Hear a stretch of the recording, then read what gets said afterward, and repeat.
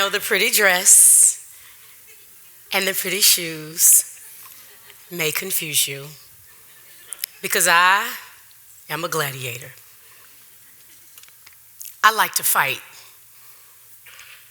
From kindergarten to 10th grade, fisticuffs and knuckling up was how I solved my problems.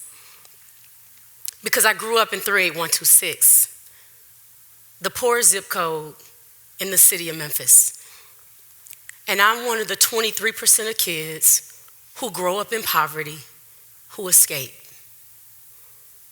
My mother and my father are part of the 42% of children who grow up in poverty and fight to get out of poverty the rest of their lives. So it shouldn't surprise you that I'm a gladiator against poverty. I've set my life's course in schools across this country to work to transform communities of failing schools to be places where children succeed. And from Chicago, Atlanta, and now to Memphis, we watch the needle move. We watch schools get better. We watch achievement gaps close by tiny little margins. But we don't see children escape poverty. Why is that? Because poor children are connected to poor brothers and sisters and mothers and fathers who they love dearly. And we don't leave each other behind. So if we're serious, I mean real serious, like here in Memphis where there are 191,000 people of the 650,000 people in the city living below the poverty line, if we're real serious about moving those people out of poverty, we can't just keep talking about building good schools. We have to be talking about policies that impact the lives of children's families every day. Policies like early childhood education, policy like quality access to reproductive health care services, programs and social policies like impacting juvenile justice and transforming systems of massive incarceration. We have to talk about what it means to have a living wage, real policies that impact poverty. And I like to tell my own story because it wasn't just good schools, but it was the social policies that conspired against our family even as we strive to get out of poverty. My mother and father, they back there, waved to my mama. My mother and father have been sweethearts since they were 12 and 14 years old. In middle school, y'all, they fell in love. And they had big dreams. Soulsville is our neighborhood. It's our community. And my mom and dad had big dreams of going places and building a great life for themselves, even as children. But 4 months after graduation for my mom, and 5 months after her 17th birthday, my mom had me. And my dad went to the Navy to see how he could capitalize on building an American dream for his little baby girl and his childhood sweetheart. And 1 month after I made it, my mother had a psychotic break. Postpartum depression and postpartum psychosis crippled her ability to take care of herself and to take care of me. And when my dad came on leave and extended his leave, he was dishonorably discharged. And that cut our bootstraps out of poverty. That was our ticket. But my dad ain't no punk. And my mama not either. So even against systems that said you can't have a husband in your house to get Medicaid and medicine that you need to treat the mental illness that is crippling your body and your mind, you can't get food, support, and assistance to feed you and your infant while you work your way back to wellness. You can't have two very low wage incomes and live together and get support to climb out of poverty. Those were the systems. Those were the policies and the structures that were in place while we worked to get out of poverty. And I hadn't even made it to school yet, y'all.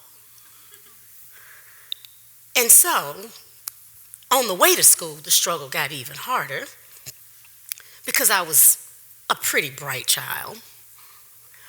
But in my neighborhood, there were so few slots in the preschool program that you have to have cognitive limits on your capacity to get in. So my mother and my father coached me to not know my numbers, to not know my letters, to not know my name, to not know my address, and to not know how to read and identify sight words at 3 years old, even though I knew all those things. But I really wanted to go to school. And so I didn't know my numbers or my letters or my sight words or my address or my phone number because I needed to go to school. And my mother needed to go back to work. And my dad needed to go to work.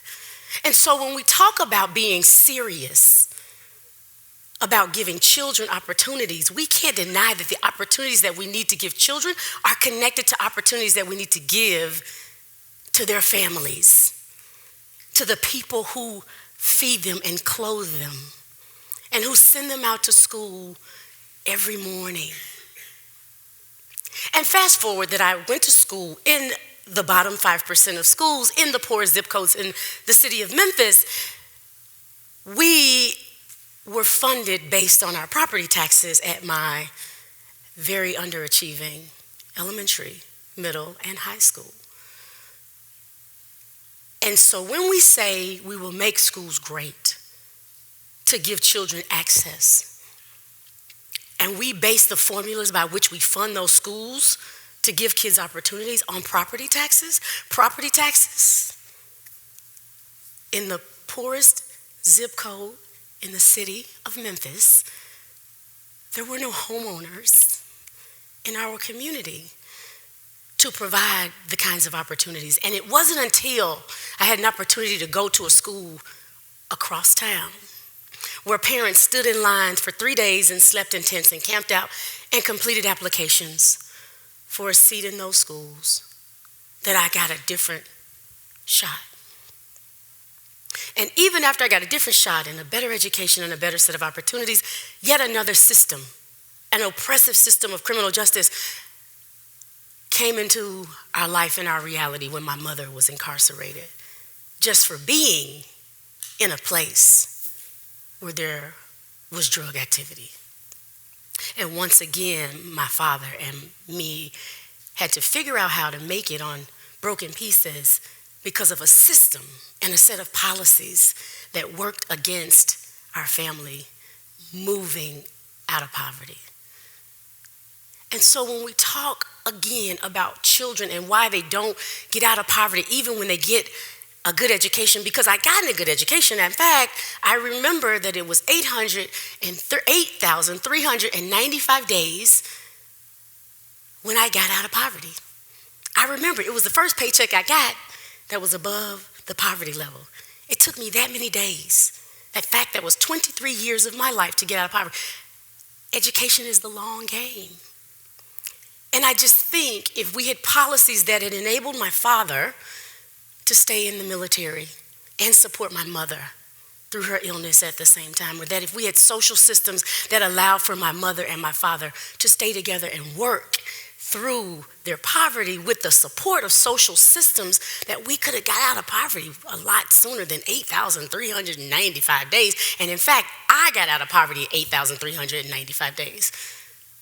My father worked a low-wage job until he had 2 heart attacks and was retired on medical disability. That is not a way out of poverty. So if we are serious about this fight to end poverty, because in the city of Memphis, we will not move forward if we don't move poor people forward in this city. So if we are serious, our policies need to look very differently. Our schools are getting better. We've moved the needle. We are closing the achievement gap. But our children still need to eat every day before they go to school. So we need equitable policy around for how we give food to families. Our children still have parents who cannot be employed because they are previously convicted. We need policies that allow for people to go back into the workforce, to be productive and viable citizens. We still have children whose brothers and sisters and cousins battle mental illness and addictions, that we have no policies and no strategies. And so our children are left to fix those solutions on their way through their education and out of poverty. And we can fix that. And if we don't fix that, if we don't work for these policies, then we are fighting to keep children and their families locked in poverty. Thank you.